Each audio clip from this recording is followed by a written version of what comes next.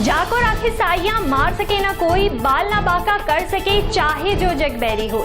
ये कहावत तो हम वर्षों से सुनते आ रहे हैं, लेकिन आज ये कहावत प्रत्यक्ष रूप में सिद्ध हुई है। घटना पावटा निकटवर्ती ग्राम भाकरी में वैद्य हनुमान प्रसाद मिश्रा के खेत की है, जहां एक बेसहारा गाय प्रसव पीड़ा में तड़प रही थी, जिस पर 8 से 10 श्वान हमला कर रहे थे। एक तरफ तो श्वान रूपी यमराज उसको अपना निवाला बनाना चाह रहे थे, तो वहीं दूसरी ओर गाय तारों में फंसी होने के कारण पीड़ा में थी।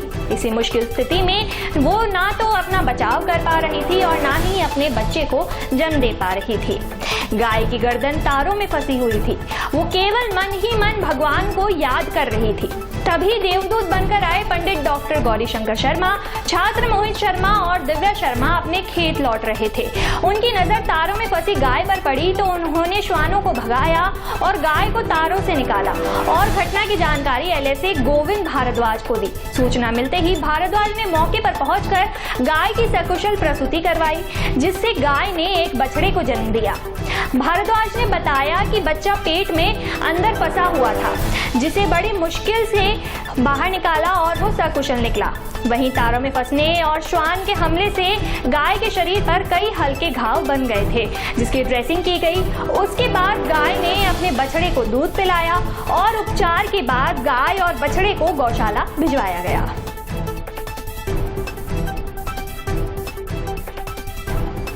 वहीं लाल कुआं में कोरोना कर्फ्यू का उल्लंघन करना दुकानदारों पर काफी भारी पड़ा है। निर्धारित अवधि के बाद भी दुकानें खोलने पर पुलिस ने 4 दुकानदारों के खिलाफ चालान काटे हैं। बताते चले कि प्रशासन ने कोरोना कर्फ्यू के दौरान आवश्यक वस्तुओं से जुड़ी दुकानों को ही 12 बजे तक खोलने की अनुमति दी है, लेकिन सोमवार को अन्य व्यापारियों ने भी अपनी अपनी दुकानें खोल ली। दुकानें खोलने की जानकारी मिलते ही पुलिस भी सजग हो गई और दुकानों को बंद करवाने के लिए कोतवाली प्रभारी संजय कुमार फोर्स के साथ चेकिंग के लिए निकल पड़े। तभी वहां कई दुकानों को खुली पाया गया, जिस पर पुलिस ने इसे कोविड नियमों का उल्लंघन मानते हुए 4 दुकानदारों का चालान भी काट दिया और इसके खिलाफ कोविड नियमों का उल्लंघन करने की धारा 188, 269, 270 और 51 आपदा प्रबंधन अधिनियम के तहत केस दर्ज किया गया है। वहीं कोतवाल संजय कुमार ने बताया कि जारी सरकारी नियमों का अनुपालन करने के लिए पुलिस द्वारा नगर में चेकिंग अभियान किया जा रहा है और जो भी नियम तोड़ता पाया गया उसके खिलाफ दंडात्मक कार्रवाई की जा रही है।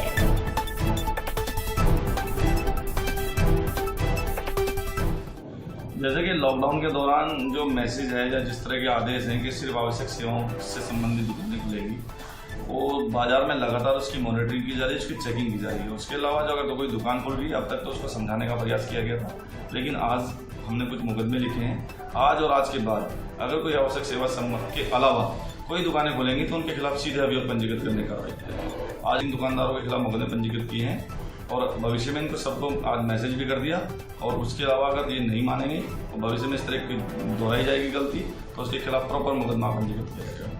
जी बिल्कुल, जो अब ये माननीय जिलाधिकारी महोदय के आदेश से पूरे जनपद में लॉकडाउन है और पूरे जनपद में सिर्फ 12 बजे तक आवश्यक सेवाओं को छोड़कर बाकी सब दुकानें बंद रहेंगी।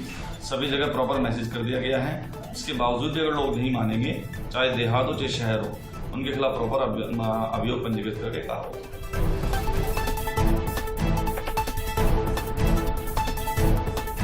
हल्द्वानी के मिनी स्टेडियम में प्रशासन द्वारा बनाया गया कोविड हॉस्पिटल अभी तक शुरू नहीं किया गया है और ऑक्सीजन सिलेंडरों की सप्लाई नहीं होने के कारण 200 बेड का कोविड हॉस्पिटल शुरू नहीं हो सका है। इसके साथ ही कोविड अस्पताल के लिए डॉक्टर और स्टाफ की भी भारी कमी नजर आ रही है। प्रशासन और स्वास्थ्य विभाग के सभी दावे फेल होते भी नजर आ रहे हैं। एसडीएम विवेक राय ने जानकारी देते हुए बताया कि 200 बेड के कोविड हॉस्पिटल में सभी तैयारियां पूरी कर ली गई है, लेकिन कोविड के मरीजों के लिए बिजली, पानी और साफ सफाई की व्यवस्था भी करा दी गई है, लेकिन अभी तक प्रशासन के द्वारा ऑक्सीजन सिलेंडर नहीं मिल सके हैं, जिसके चलते कोविड हॉस्पिटल को शुरू नहीं किया जा सकेगा। प्रशासन ने उम्मीद जताई है और कहा है कि जल्द ही ऑक्सीजन सिलेंडर उनको मिल जाएंगे, जिसके बाद तत्काल कोविड हॉस्पिटल को मरीजों के लिए खोल दिया जाएगा, जिससे सुशीला तिवारी हॉस्पिटल और बाकी निजी अस्पतालों को लोड कम मिलेगा।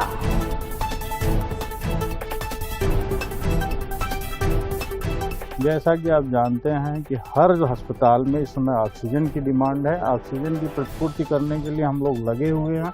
जो हॉस्पिटल्स ऑलरेडी वर्क कर रहे हैं उनकी ऑक्सीजन को हम कम नहीं कर सकते हैं, संसाधन जुटा रहे हैं, शीघ्र ही शुरू कर देंगे।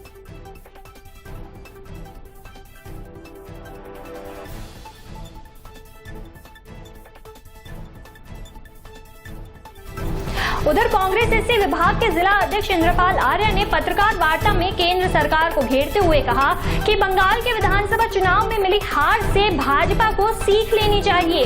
अपने आवास पर आयोजित प्रेस कॉन्फ्रेंस में कांग्रेस एससी विभाग के जिला अध्यक्ष इंद्रपाल आर्य ने कहा कि केंद्र की झूठी और जुमलेबाजी सरकार को बंगाल चुनाव में मुंह तोड़ जवाब मिला है। उन्होंने कहा कि बंगाल की जनता के विकास और प्रदेश हित में वोट देकर ममता बनर्जी को विजयी बनाया है। उन्होंने कहा कि केंद्र सरकार ने जो वादे बंगाल में जाकर किए, अगर वो वादे केंद्र सरकार अपने भाजपा शासित राज्यों में पूरा करती तो शायद बंगाल की जनता उन्हें वोट देती। और भाजपा की करनी और कथनी को देश की जनता पूरी तरह से जान चुकी है। भाजपा के उल्टे दिन शुरू हो गए हैं, अब आने वाला समय कांग्रेस का है। उन्होंने कहा कि देश में बदहाल स्वास्थ्य सेवाओं ने सरकार की पोल खोल कर रख दी है। स्वास्थ्य सेवाओं में पूर्व की कांग्रेस ने जो कार्य किए थे, भाजपा उन्हें भी पूरा नहीं करा पाई है। साथ ही उन्होंने सरकार को स्वास्थ्य सेवाओं में पूरी तरह फेल बताया है। वहीं प्रदेश में बढ़ते कोरोना के मामले को लेकर चिंता जताते हुए सभी लोगों को घर में रहने, मास्क पहनने, सोशल डिस्टेंसिंग का पालन करने, सरकार की गाइडलाइंस का पालन करने की अपील की है।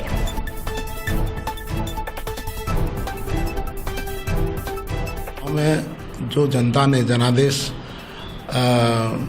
ममता बनर्जी को दिया, वो एक स्थानीय नाते से और वहाँ के जो मूलभूत जो उनकी सुविधा थी उस कर में दिया। और जो राजनीति ये खेल रहे थे भारतीय जनता पार्टी, जो फेंक की राजनीति कर रहे थे, जो जुमले की राजनीति कर रहे थे, जो कह रहे थे कि हम हर परिवार से एक आदमी को नौकरी देंगे, तो सरकार तो इनको उत्तराखंड में भी थी। सरकार यहाँ क्यों नहीं दिया? हर परिवार को में से एक लोग एक व्यक्ति को रोजगार क्यों नहीं दिया? वहाँ एजेंडे में था इनका कि वो मैनिफेस्टो में था कि एक हर परिवार से एक को हम मजदूर नौकरी देंगे।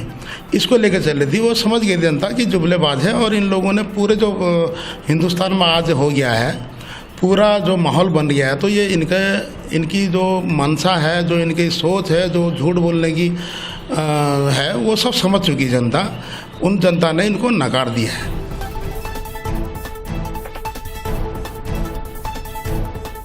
वहीं पावटा में सामाजिक कार्यकर्ता और छात्र नेता अजय चौहान ने पौधारोपण कर मनाया अपना 21वां जन्मदिन। चौहान ने कहा कि वर्तमान में भारत में कोरोना महामारी भयंकर रूप ले चुकी है, जिसके चलते ऑक्सीजन की भारी कमी हो गई है, जो कि मानव जीवन के लिए अति आवश्यक चीज है। प्राणवायु हमें प्राकृतिक रूप से मिलती है, ऐसे में पेड़ लगाना बहुत जरूरी है। इसीलिए हमें घर, सामाजिक संस्थान पर पौधारोपण किया है। साथ ही आपसे आग्रह करता हूं कि इस महामारी में ऑक्सीजन की कमी पूरी करने के लिए सभी को खूब पेड़ लगाने चाहिए। पेड़ पर्यावरण के साथ साथ मानव जीवन के लिए भी बहुत आवश्यक है। इस अवसर पर रामकरण राठी, रिंकू कसोटिया, जिला उपाध्यक्ष NSUI, कालूराम शर्मा, साबिर खान, अंकित शर्मा, सोनू चौहान आदि उपस्थित रहे।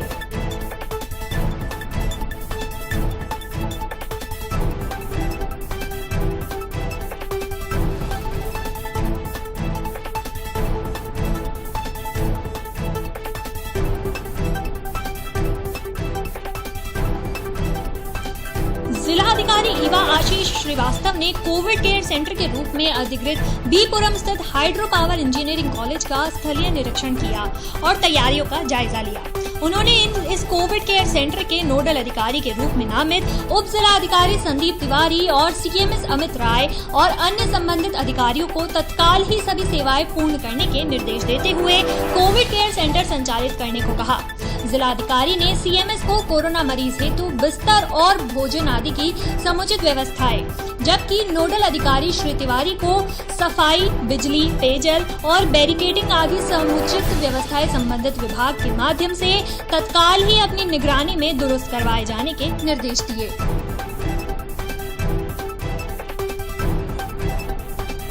पावटा और आसपास के क्षेत्रों में कोरोना के बढ़ते खतरे को लेकर SDM सहित पुलिस ने लोगों को आगाह किया। आपको बता बता दें, कोरोना संक्रमण से बचाव के मद्देनजर क्षेत्र में कई जगह फ्लैग मार्च निकाला गया। एसडीएम सुनीता मीणा और पुलिस अधिकारियों ने क्षेत्र के मंडा, भाकरी, राजनोता, दांतली, टसकोला में मेन रोड, गली मोहल्लों में जाकर आम जन को कोरोना से बचाव के लिए जागरूक किया। अलवर जयपुर सीमा पर एसडीएम सुनीता मीणा ने प्रशासनिक गतिविधियों का जायजा लिया, साथ ही संबंधित अधिकारियों को आवश्यक दिशा निर्देश भी दिए और ग्रामीणों से घर पर रहने की अपील की।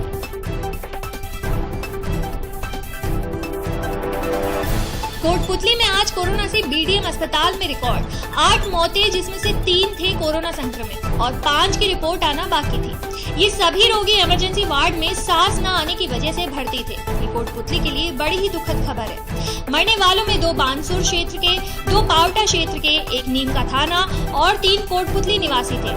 जनता समाचार आम जन से यही अपील करता है कि अत्यधिक आवश्यक काम ना हो तो कृपया बाहर ना निकले, घर पे रहें, सुरक्षित रहें। उधर कोटपुतली और आसपास के क्षेत्रों में कोरोना संक्रमण तेजी से फैल रहा है, जिसके चलते प्रशासन भी एकदम सख्त हो गया है और गाइडलाइन पालन न करने वालों के खिलाफ कार्रवाई शुरू की गई है। प्रशासनिक अधिकारी खुद बाजारों में फ्लैग मार्च कर रहे हैं, साथ ही हॉस्पिटल आदि का निरीक्षण भी कर रहे हैं ताकि व्यवस्थाएं सुचारू रूप से बनी रहे। अब कोटपुतली में शुरू हुआ क्वारंटाइन सेंटर, जिसमें आज 14 लोगों को भेजा गया। बाजार या सड़क पर बेवजह घूमते हुए मिलने पर क्वारंटाइन सेंटर भेजा जाएगा। साथ ही कोरोना रिपोर्ट नेगेटिव आने पर ही वापस घर भेजा जाएगा। जनता समाचार बार बार आम जन से यही अपील कर रहा है कि बेवजह घर से बाहर ना निकले और बहुत ही जरूरी काम हो तभी कोरोना गाइडलाइन की पालना करते हुए घर से बाहर निकले। घर पे रहें, सुरक्षित रहें और 2 गज की दूरी, मास्क है जरूरी।